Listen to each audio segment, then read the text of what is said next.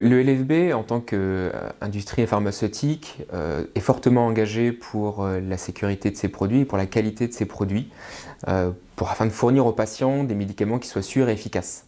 Mais pour répondre aux enjeux à court et moyen terme du LFB, il est devenu nécessaire de pouvoir intégrer la qualité au-delà du produit jusqu'aux processus et aux hommes qui composent le LFB. C'est donc un vrai changement de culture pour le LFB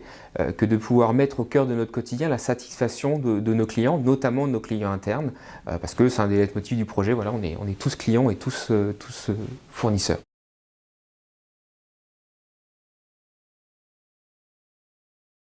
Nous avons choisi dès le début d'impliquer l'ensemble des équipes de l'entreprise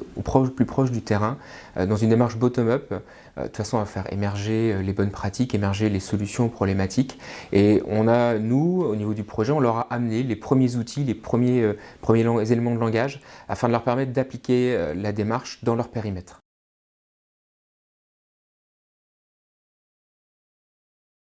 On est forcément sur un projet long terme et pluriannuel parce qu'on change la culture de l'entreprise. Et changer la culture de l'entreprise, il ne suffit pas de mettre des jolis mots sur un mur et de dire voilà, on a changé. Ça passe par le concret, ça passe par les actions au quotidien et par ce qu'au font les équipes au quotidien. Ça passe par montrer les succès et s'appuyer sur ces succès, les partager pour que d'autres équipes les reprennent, les adaptent et qu'ensemble on construise un référentiel commun. Dans le cas du projet, notre volonté, ça a été d'embarquer les équipes au plus près du terrain. C'est pour ça qu'on a, dès le début du projet, repris l'organigramme et le découpé sous forme d'UOT, des unités opérationnelles de travail, de façon à être au plus près de l'équipe de production, de l'équipe avec son manager et ses opérateurs.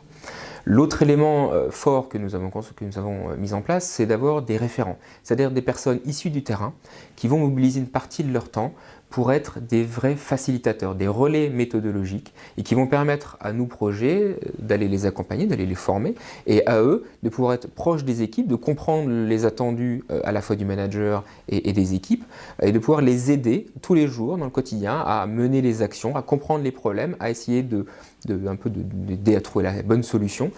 Et c'est grâce à ça, nous on va aussi les solliciter pour co-construire le référentiel.